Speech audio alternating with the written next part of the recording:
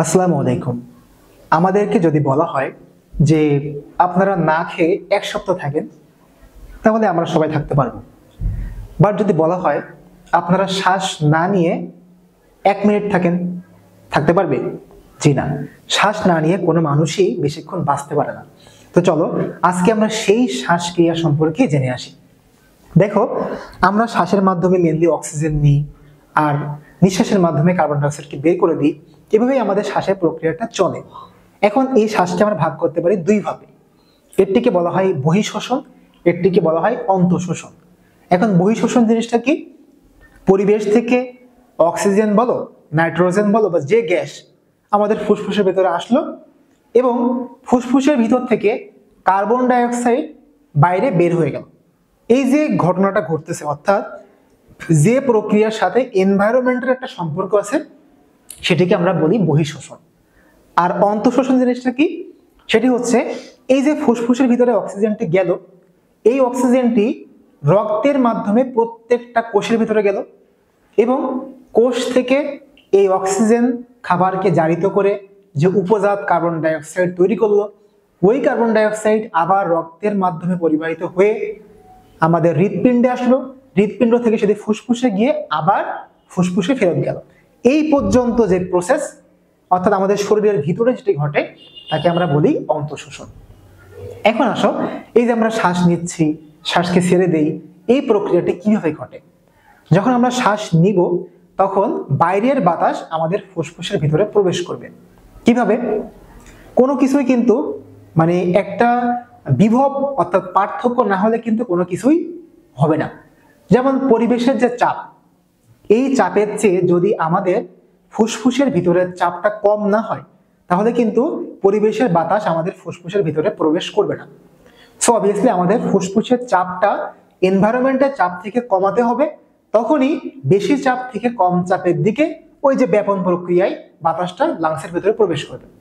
তাহলে দেখো তো আমাদের শরীর কিভাবে এই চাপটাকে কমায়।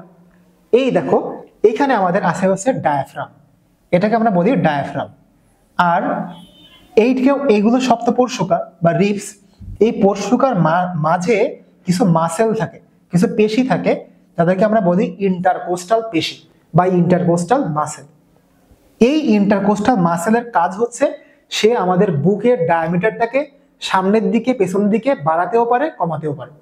আর ডায়াফ্রামের কাজ হচ্ছে সে নিচের দিকে নামতে পারে। তাহলে দেখো তো, যদি ডায়াফ্রামটা নিচের দিকে নেমে যায়, তাহলে বুকের লম্বার দৈর্ঘ্য বেড়ে যাবে না? ডায়াফ্রামটা নিচে নেমে যায়, তাহলে বুক লম্বায় বেড়ে যাবে। আর যদি ইন্টারকোস্টাল পেশিগুলো রিল্যাক্স হয়, তাহলে বুক সামনে পিছন দিকে অর্থাৎ সামনে পিছনে বড় হবে। তো ঠিক এই ঘটনাটি ঘটে যখন আমরা শ্বাস গ্রহণ করি, তখন ডায়াফ্রাম নিচের দিকে চলে যায়, তখন ডায়াফ্রাম এরকম ফ্ল্যাটের মতো হয়ে যায়। আর ইন্টারকোস্টাল পেশি রিল্যাক্স হয়ে বুককে সামনে পেছনের দিকেও বাড়ায় দেয়। তখন বুকের ভিতরে ভলিউম বেড়ে যায়, আয়তন বেড়ে যায়। আর আয়তন বাড়লে আমরা জানি চাপ কমে যায়, তখন পরিবেশের বাতাস ফুসফুসের ভিতরে প্রবেশ করে। এখন যখন নিঃশ্বাস নিব, যখন বাতাসকে বের করে দিব, তখন ঠিক অপোজিট কাজ সম্পন্ন হয়। কি হয়? তখন এই ডায়াফ্রামটি আবার সংকুচিত হয়, হয়ে তারা আগে ছিল এই জায়গায়, এখন তারা চলে আসে আবার আগের জায়গায়, এরকম কার্ভ হয়ে বসে থাকে। তখন দেখো তো, বুকটা লম্বায় ছোট হয়ে গেছে। আর এই ইন্টারকোস্টাল পেশিগুলো তখন আবার টাইট হয়ে বুককে সামনের দিক থেকে পেছন দিক থেকে এরকম চেপে ফেলে, তখন সামনে পেছনের ডায়ামিটারও কমে যায়। তাহলে আলটিমেটলি দেখো তো, আমাদের বুকের টোটাল ভলিউম, টোটাল আয়তন কি হলো? এখন কমে গেল। আয়তন কমলে আলটিমেটলি আমাদের প্রেসার বেড়ে যাবে, তখন কিন্তু এইখান থেকে বাতাস আবার পরিবেশে বের হয়ে যাবে। এইটা হচ্ছে আমাদের আলটিমেটলি শ্বাসক্রিয়া। এখন এই শ্বাসক্রিয়াটা মেনটেন করে কে? মনে রাখবা, শ্বাসক্রিয়া মেনটেন করার জন্য আমাদের মস্তিষ্কের মেডুলা অবলঙ্গাটায় একটা শ্বাসক্রিয়া থাকে, একটা শ্বাসকেন্দ্র থাকে, ওইখানেই এই শ্বাস প্রশ্বাস নিয়ন্ত্রিত হয়। কিভাবে? যখন আমাদের শরীরের ভিতরে কার্বন ডাই অক্সাইড বেশি হয়ে যায়, তখন এই কার্বন ডাই অক্সাইড তো একটা অ্যাসিডীয় জিনিস, সে কি করে? সে পানির সাথে যুক্ত হয়ে কার্বনিক অ্যাসিড তৈরি করে, H2CO3।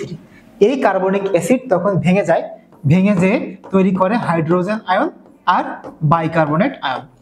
এই যে হাইড্রোজেন আয়ন তৈরি করলো, এই হাইড্রোজেন আয়ন তখন রক্তের মাধ্যমে মস্তিষ্কে যায়। মস্তিষ্কে যে সে ওই মেডুলা অবলঙ্গটাকে একটা মেসেজ দেয় যে রক্তে হাইড্রোজেন বেশি। তখন মেডুলা বুঝে যে কেন রক্তে হাইড্রোজেন বেশি, তার মানে অবশ্যই রক্তে কার্বন ডাইঅক্সাইড বেশি। তখন মেডুলা কি করে, এই কার্বন ডাইঅক্সাইডটাকে বের করে দিতে হবে। সো কার্বন ডাইঅক্সাইড বের হবে কোন পাশ দিয়ে, আমাদের শ্বাসের মাধ্যমে, অর্থাৎ নিঃশ্বাসের মাধ্যমে। তখন সে মেডুলা এই লাংসকে বলে যে হ্যাঁ এখন তুমি বেশি বেশি পরিমাণ শ্বাস নাও। তখন মানুষ বেশি বেশি শ্বাস নেয়। যেমন তুমি খেয়াল করে দেখবা যে যখন তোমরা সিঁড়ি দিয়ে উপরের দিকে দৌড়ে দৌড়ে উঠবা, বা যখন একটা মানুষ দৌড়ায় তখন মানুষ হাঁপায়। কেন হাঁপায়? কারণ দৌড়ানোর সময় বেশি বেশি কাজ হয়, বেশি বেশি কার্বন ডাইঅক্সাইড তৈরি হয়, অ্যাসিডের মাত্রা বাড়ে। এই অ্যাসিড মেডুলাকে বলে যে এখন বেশি বেশি শ্বাস নেওয়া লাগবে, কার্বন ডাইঅক্সাইডকে বের করা লাগবে। এজন্যই কিন্তু বেশি বেশি শ্বাস নিয়ে আমরা হাঁপানো শুরু করি। এটা হচ্ছে মেনলি মেকানিজম যে হাইড্রোজেন আমাদের মেডুলাকে বলে দেয়। এখন যদি আমাদের শরীরে কার্বন ডাইঅক্সাইডের পরিমাণটা যখন কম থাকে, যখন কমে যায়, তখন ঠিক অপোজিট ঘটনাটা ঘটে। তখন বডিতে হাইড্রোজেন আয়ন কমে যায়। তখন আমাদের মেডুলাকে সে বলে যে না এখন হাইড্রোজেন কম, এখন বেশি বেশি শ্বাস নেওয়া যাবে না, তুমি রিল্যাক্স থাকো। তখন মস্তিষ্ক আবার ফুসফুসকে বলে ঠিক আছে, no problem, you may relax. তখন ফুসফুস রিল্যাক্স হয়ে বসে থাকে, অল্প অল্প শ্বাস নেয়। তখন আবার এই হাইড্রোজেন আয়ন বেড়ে যায়, বডির পিএইচটা নরমালাইজ করে ফেলে। তাহলে মূলত আমাদের রক্তের পিএইচ এর উপর ডিপেন্ড করে শ্বাস প্রশ্বাস বাড়তেও পারে, কমতেও পারে, এবং এভাবেই আমাদের শ্বাসক্রিয়া নিয়ন্ত্রিত হয়। আজকে এই পর্যন্তই, সবাইকে ধন্যবাদ।